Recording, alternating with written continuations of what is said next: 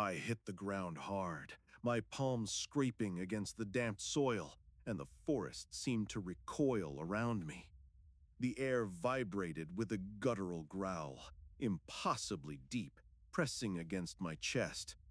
Shadows twisted between the trees, coiling like living things, forming shapes my mind could not comprehend. Something was moving toward me, silent but purposeful. My flashlight wavered in my hands as I struggled to focus. And then I saw them. Figures, once human, now grotesque, emerging from the mist. Their skin was stretched thin over brittle bones, eyes glowing with a yellow light that seemed to pierce through me. They did not walk. They slithered over roots, gliding across the forest floor with an unnatural coordination. One turned its head toward me, jaw unhinged in a silent scream, and I froze, chest tight, every instinct screaming to run. Branches tore at my clothes as I stumbled backward. Roots rose like grasping hands, tripping me, pulling me down, yet the figures advanced, gliding closer with relentless precision. Somewhere ahead, half buried in moss, I saw the metal hatch. It gaped like an open mouth, a ladder descending into impenetrable darkness. Desperation drove me forward. I clutched the rungs and descended, leaving the forest and whatever hunted me behind, though I could feel its presence pressing from above. The air inside the bunker was thick and metallic, carrying the tang of rust and decay. My flashlight beam cut through the darkness, illuminating damp walls and puddles reflecting distorted shadows. The corridors smelled of mold and oil, and somewhere in the distance, a low hum began, rising and falling like a pulse. Then, the screams came. Not whispers, not distant echoes, but shrill, tormented cries that vibrated through the concrete. I staggered backward, clutching my ears. The sounds overlapped, forming a choir of anguish that seemed to pierce my very soul. I pressed on, drawn toward the center of the bunker, compelled by equal parts fear and morbid curiosity. The walls were scratched with messages, letters carved deep into concrete, some words in Cyrillic, others in English, all warnings I could barely comprehend. Do not disturb. It watches. It remembers.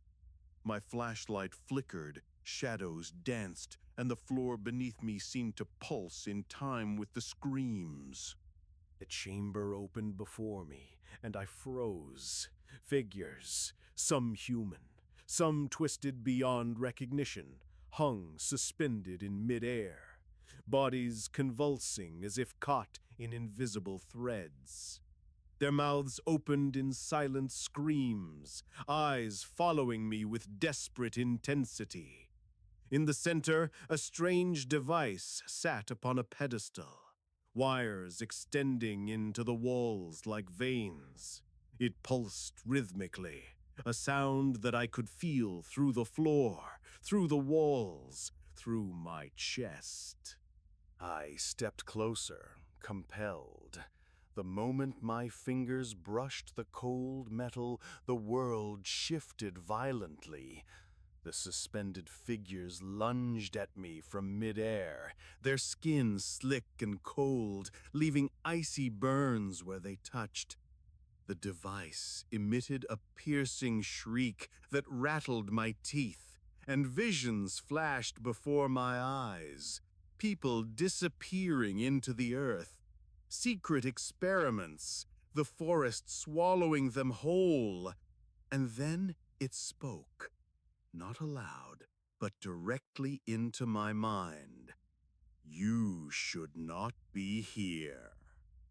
I stumbled backward into the twisting corridors, walls folding and stretching in impossible ways, blood-stained messages, figures crawling in the darkness, eyes following me.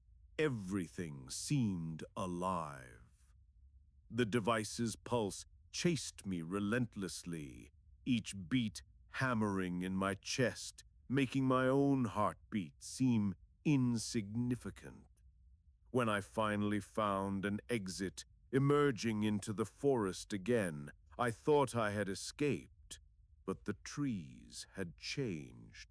Branches writhed like serpents, fog curled unnaturally, and the creatures from before moved among them, just beyond the edge of my vision. The forest itself seemed alive, screaming with the memory of the bunker, the cries, the hunger, the rage. I wandered through the forest for what felt like hours, though I had no sense of time anymore. Every tree seemed alive, its bark twisting subtly, roots shifting underfoot, as though the ground itself were trying to guide or trap me. Fog curled around the trunks in unnatural spirals, thickening and thinning with a rhythm that seemed to match the pulse I had felt in the bunker. I wanted to run, to escape, but something compelled me to move forward, toward the heart of the forest, toward the memory of the bunker that still beat in my mind. Then I saw it, a clearing that shouldn't exist. The air was still, unnaturally so, and the moonlight fell in perfect geometric patterns across the ground, illuminating a shallow pond. I approached cautiously. The surface of the water was black and oily, reflecting not my face, but distorted visions, the suspended figures, their eyes pleading, the twisting corridors of the bunker, and something else, a faint outline of a massive coiling shape beneath the forest floor, moving with intent. My reflection twisted, smiling at me, whispering words I could not understand. I recoiled, but the forest pressed closer. The shadows lengthened unnaturally, curling toward me like reaching hands, and then I heard it. A low, resonant voice, not in the air, but inside my skull. Join us, awaken, become part of us. I fell to my knees, clutching my head as the ground beneath me seemed to pulse violently, in time with the bunker's device, in time with something ancient buried in the soil.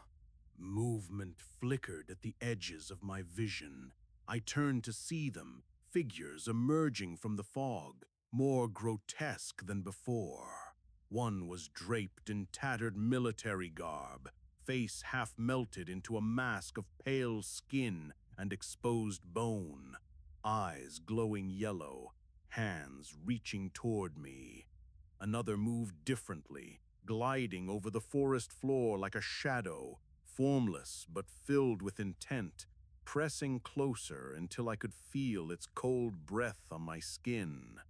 I tried to run, but the roots rose like hands, wrapping around my ankles, pulling me down. Desperate, I stumbled into the black pond, water cold and viscous, sucking at my boots, dragging me in. As I struggled, the water reflected visions again. Terrible, fragmented images of experiments, vanishings in faces frozen in terror. I realized with a sickening clarity, the pond was a conduit, a memory of the bunker, alive and conscious, reaching out to claim me. I yanked myself free, gasping, water dripping from my hair, skin pricked with icy residue. The forest was no longer just a forest. It was a living extension of the bunker. Each tree, root, and fog swirl a nerve in a massive organism. I could hear whispers behind me, soft and urgent, like the forest itself urging me to follow, to enter deeper. But it was not the gentle lure of curiosity. I could feel the threat beneath every sound, every movement. The pulse had embedded itself in my chest. It beat alongside my own heartbeat, inescapable, insistent. I stumbled into another clearing and froze. A figure stood there, a child, pale, eyes empty, arms outstretched, beckoning. Its mouth moved in silence, forming words my mind interpreted without sound. Come, be with us. You belong. I tried to back away, but my legs refused to obey. The child tilted its head, expression mocking, and suddenly it was gone, replaced by dozens of shadowed figures, all staring, waiting, pressing closer. The forest seemed to pulse with them, and I could feel the bunker's device reaching out through the pond, through the ground, through the roots, calling me back. I fell to the ground again, covering my head, rocking, whispering pleas. I didn't believe myself. The figures advanced, slow, deliberate, and then suddenly they vanished. Silence. Only the wind whispered through the trees, but I knew bitter. The calm was a pause, not safety. The forest had claimed me, partially, embedding its memory, its hunger into my bones. I was learning its rhythm, whether I wanted to or not. I pressed on, moving almost automatically, guided by an instinct I did not recognize. Every step brought me closer to the center of the forest, toward whatever lived beneath, toward the pulse that had awakened in the bunker and now ran through the soil and air alike. My flashlight flickered, shadows crawling over itself, revealing glimpses of suspended figures, spectral and horrifying, trapped between dimensions. The ground shook, as if something massive moved below, unseen but undeniably present, the pulse in perfect sync with my heartbeat. The pulse was everywhere now, no longer confined to the bunker or the device. It had spread through the forest, through the soil, through me. Every heartbeat, every breath, every nerve was synchronized with something vast, ancient, and terrible. Shadows solidified into monstrous forms, more grotesque than anything I had seen before. Limbs bent impossibly, faces twisted into silent screens, eyes glowing with the same yellow light as the suspended figures in the bunker. They surrounded me, closing in, but I could not run. My legs were no longer entirely my own. The ground beneath me undulated, roots coiling and uncoiling like living snakes, pulling bodies from the soil. Figures, human and inhuman, slammed against me, their faces pressed close, mouths opening in silent screams.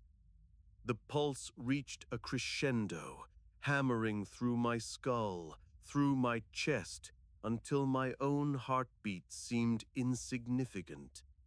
I felt myself slipping, consciousness fragmenting, as visions flooded my mind.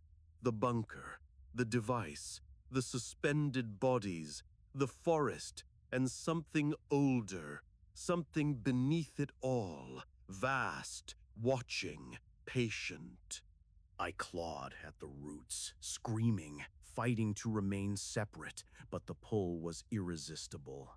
My skin tingled with icy fire. My vision blurred, and I could feel my mind being rewritten, merged with the pulse.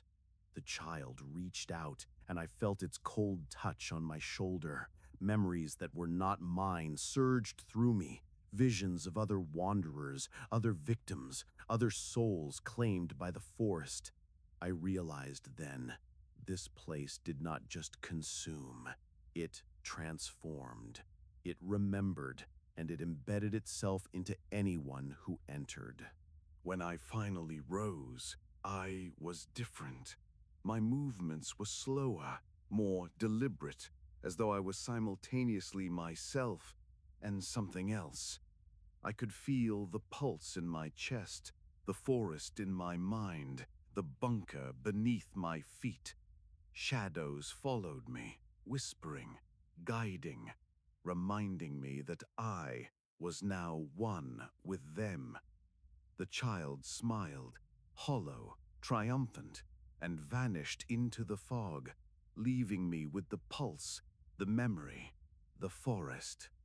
I walk among the trees now, part of the forest, part of the bunker, part of the pulse. The fog bends around me, roots shift beneath me, and shadows move with intention. I remember everything, yet nothing is mine alone. The forest remembers, the bunker remembers, the device remembers, and I remember with them forever. Escape is impossible. Resistance is futile. I have become part of the forest's eternal memory, and the pulse continues to beat, unstoppable, infinite, unyielding. I am not free. I am not alone, and I will never leave.